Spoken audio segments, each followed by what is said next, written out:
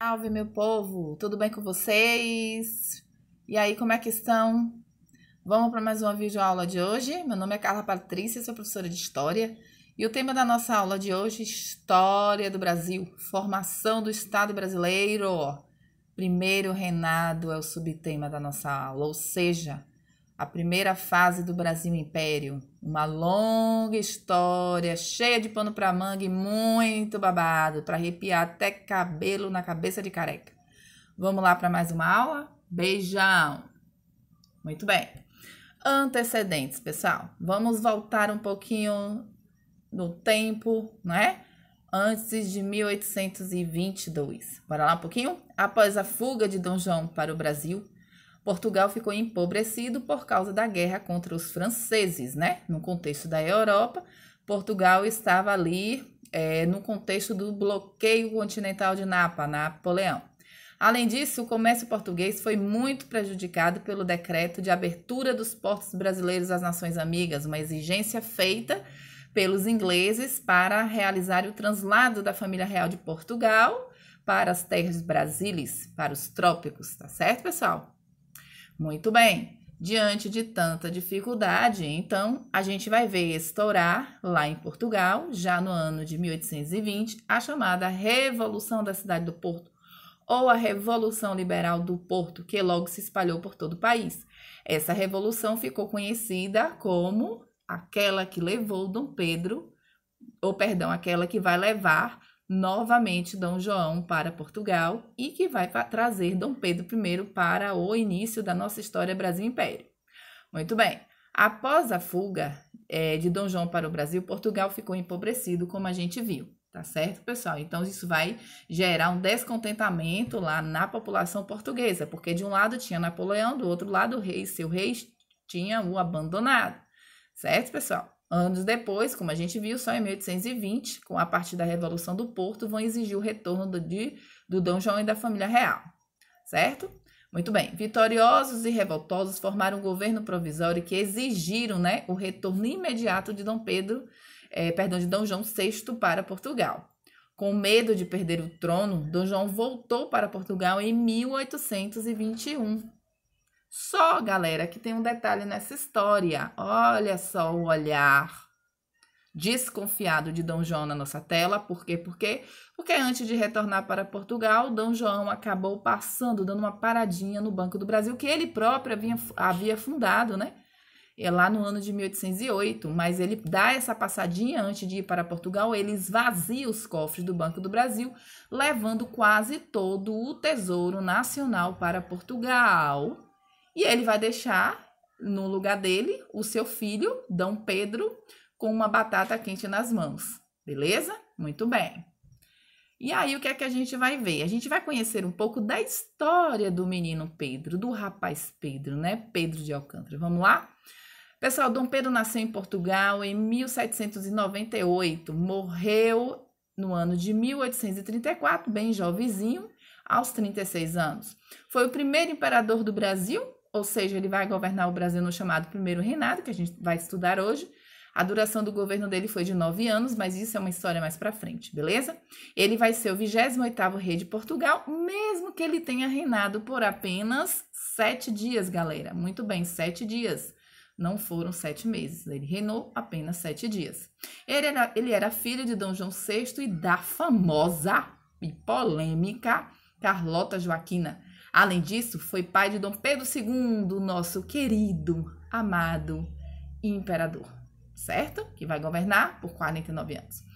O nome completo de Dom Pedro era, vocês querem ouvir? Querem ouvir mesmo? Só por curiosidade eu vou falar. O nome do cara era Pedro de Alcântara Francisco Antônio João Carlos Xavier de Paulo Miguel Rafael Joaquim José Gonzaga. Peraí, eu vou beber um pouquinho de água. Peraí, gente. É muito nome. Paulo Miguel Rafael Joaquim José Gonzaga Pascoal Cipriano Serafim de Bragança e Bourbon. É muito nome para uma pessoa só, galera. Mas vamos para frente. Temos, então, início um processo de independência. Eu falei processo, a gente não pode entender a independência do Brasil resumida apenas no grito do Ipiranga, de 7 de setembro de 1822. A história é muito mais profunda, tá bom? No Brasil, Dom João VI deixou seu filho, né, como a gente viu, o Dom Pedro, como um príncipe regente. Mas os brasileiros queriam a independência já. Quem eram esses brasileiros, pessoal? A nossa elitezinha agrária, tá bom? Os portugueses, por outro lado, queriam que o Brasil voltasse a ser colônia de Portugal, galera. Por quê? Porque no ano de 1815, Dom João havia elevado o Brasil a Reino Unido, Portugal, Brasil de Algarves. Então, a elite brasileira oligárquica havia experimentado como era viver em um reino, beleza? Eles não queriam voltar a ser uma mera colônia. Então, a gente tem um impasse. De um lado, a elite brasileira querendo a independência do Brasil, do outro lado, a elite portuguesa querendo que o Brasil voltasse a ser uma colônia, certo? Então, observe que, para isso, Portugal, querendo que o Brasil voltasse a ser uma colônia, passa a obrigar o retorno de Dom Pedro. Então, Portugal vai querer que Dom Pedro volte e entregue o governo brasileiro a uma junta provisória.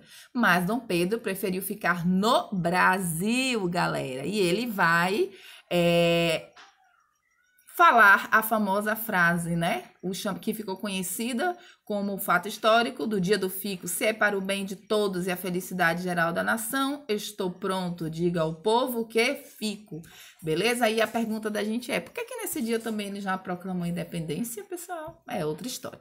Mas vamos lá. Ele só vai proclamar a independência em 7 de setembro de 1822, ao receber alguns decretos das cortes de Portugal, decretos esses pelo pessoal baseado em palavrões, em xingamento e em humilhações, quando estava em viagem a São Paulo.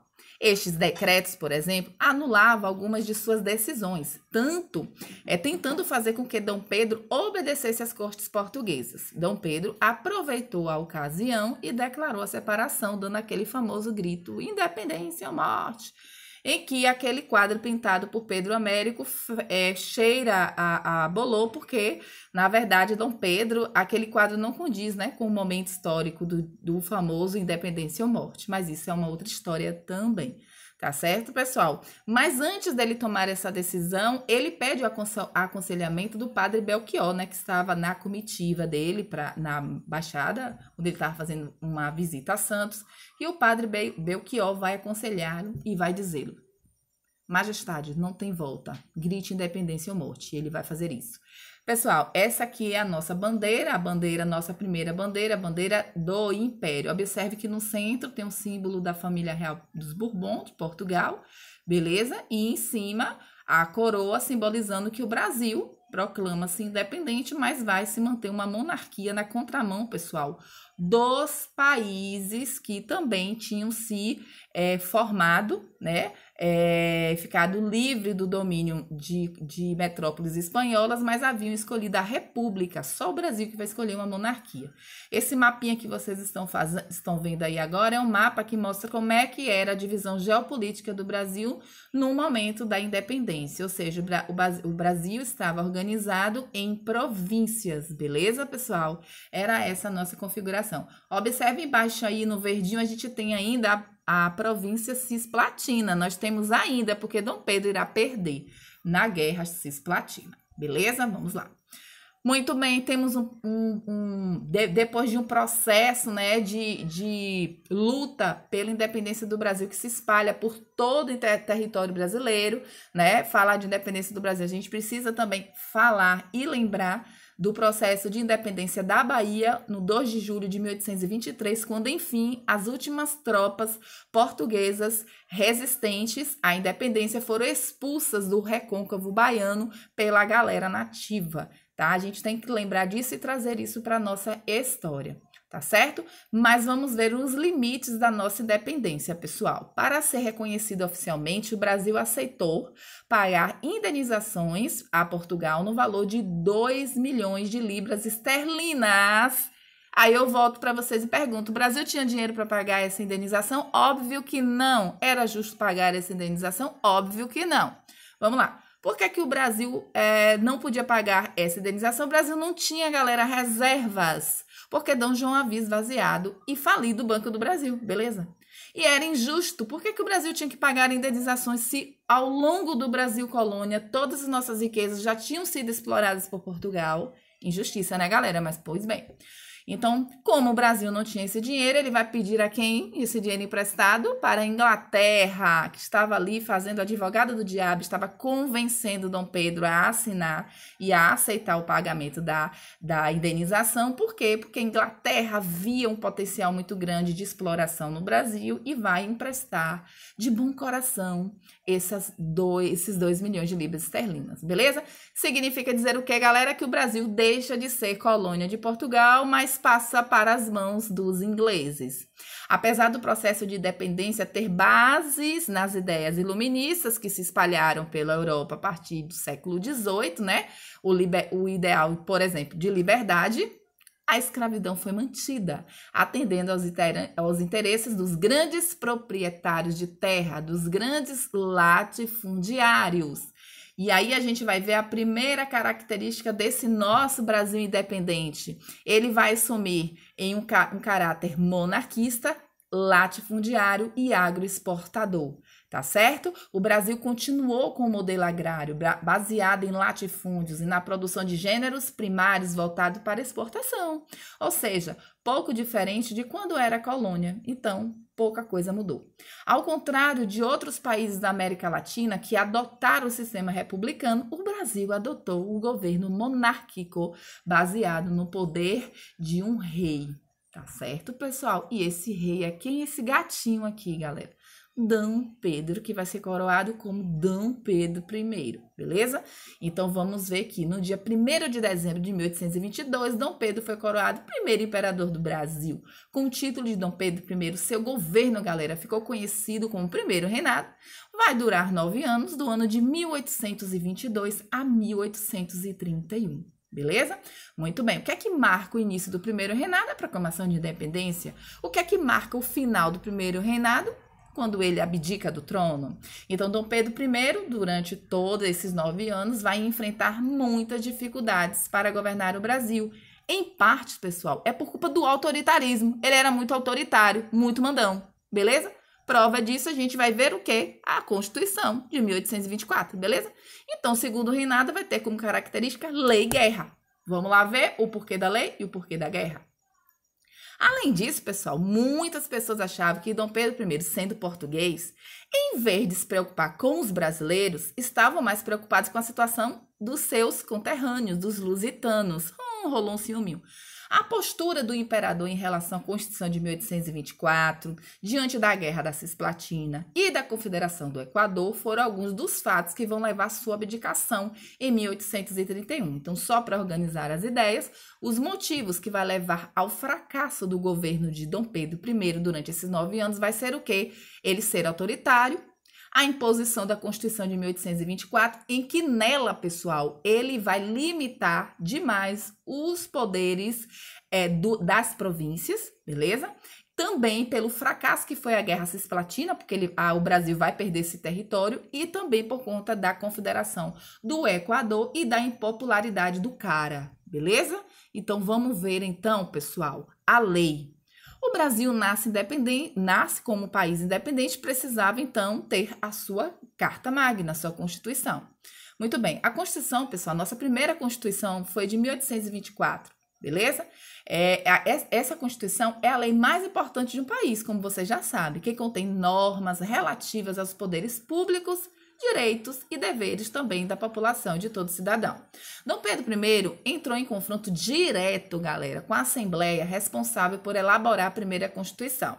O imperador mandou criar uma Assembleia Constituinte, só que quando a Constituição ficar pronta, a Constituição que recebeu o apelido de Constituição da Mandioca, porque os parlamentares que participaram dela precisavam provar a sua renda a partir dos alqueires de mandioca, tá certo? Ele não aceita essa Constituição por ele entender que ela limitava demais os poderes dele. Então, ele faz o que todo mandão faz, ele bate o pé no chão, põe o bico na boca e rasga a Constituição, pessoal. Ele vai rasgar a Constituição, beleza? A Constituição de 1823.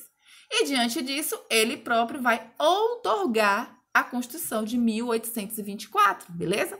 Essa Constituição, pessoal, mostrava como seriam os rumos do Brasil na perspectiva do governo de Dom Pedro I. Beleza? A gente vai ver que seria um governo muito com resquícios absolutistas. Por exemplo, além dos 3 poderes usuais, né, que seria o executivo, o legislativo e judiciário, a divisão dos 3 poderes a partir do iluminismo, a gente vai ver que a Constituição criou o poder moderador, feito especialmente para o imperador. Este quarto poder permitia a ele nomear o ministro, dissolver a Assembleia e nomear os presidentes das províncias, cara, ele centralizou tudo nele.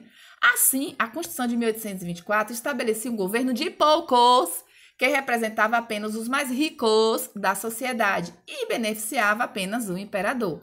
Essa Constituição determinava que os senadores só deixassem o cargo quando morresse. O voto era censitário, ou seja, só podia votar quem era rico, beleza? Funcionários públicos, que em maioria eram portugueses, e que tivesse uma renda mínima de 100 mil réis, pessoal. O negócio não estava bom, não, beleza? Diante disso, vai começar a pipocar conflitos, beleza? Por isso que a gente entra no aspecto guerra. E vamos falar um pouco sobre ela, a nossa famosa Guerra Cisplatina, a maior derrota de Dom Pedro I em seu governo. O que foi isso, Carla? Foi um conflito que ocorreu entre 1825 e 1828 na província da Cisplatina, que hoje é o atual Uruguai.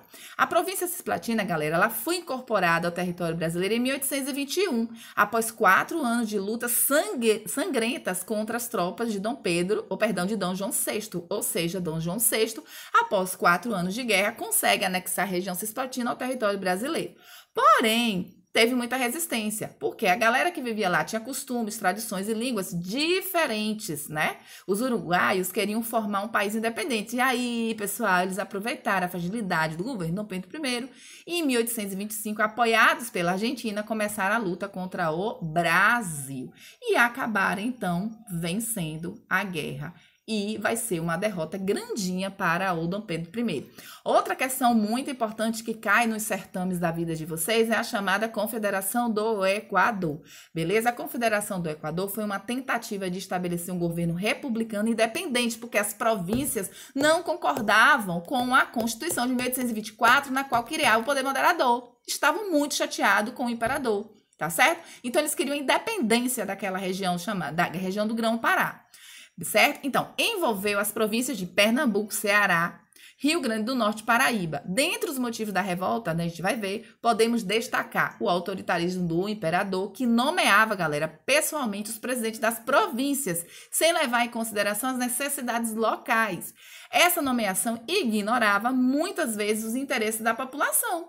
Além disso, as condições de vida da população nordestina eram muito precárias desde já, viu, galera? Os revoltosos uniram-se contra a escravidão, contra a desigualdade social e contra o imperador. Os revoltosos foram atacados e dominados por tropas mercenárias inglesas, contratadas por Dom Pedro I, porque a gente ainda não tinha um exército, beleza? E por proprietários de terra que não queriam o fim da escravidão. É óbvio, os futuros coronéis. Alguns dos principais líderes do movimento foram quem? Pedro Pedrosa, Paz de Andrade e esse que tá aqui penduradinho do lado da tela de vocês, Frei Caneca, em que ele foi condenado à morte. Beleza, galera? Muito bem. Tudo isso vai levar o que, Carla? A crise e a abdicação do Dom Pedro I. Vamos aos fatores da crise? Vários motivos vão levar à impopularidade de Dom Pedro I, certo, pessoal? Por exemplo, né, como a gente vai ver aqui, ó, o Dom Pedro, por ele prestigiar demais os lusitanos, despertou a ira do Partido Brasileiro, certo? Então, a gente vai ver um fator que vai marcar muito que a crise, né? Vai ser a morte, o assassinato de um jornalista, o Líbero Badaró, que fazia oposição a Dom Pedro I. Pessoal, Dom Pedro I, ele escrevia muito para os jornais, ele usava vários codinomes, né?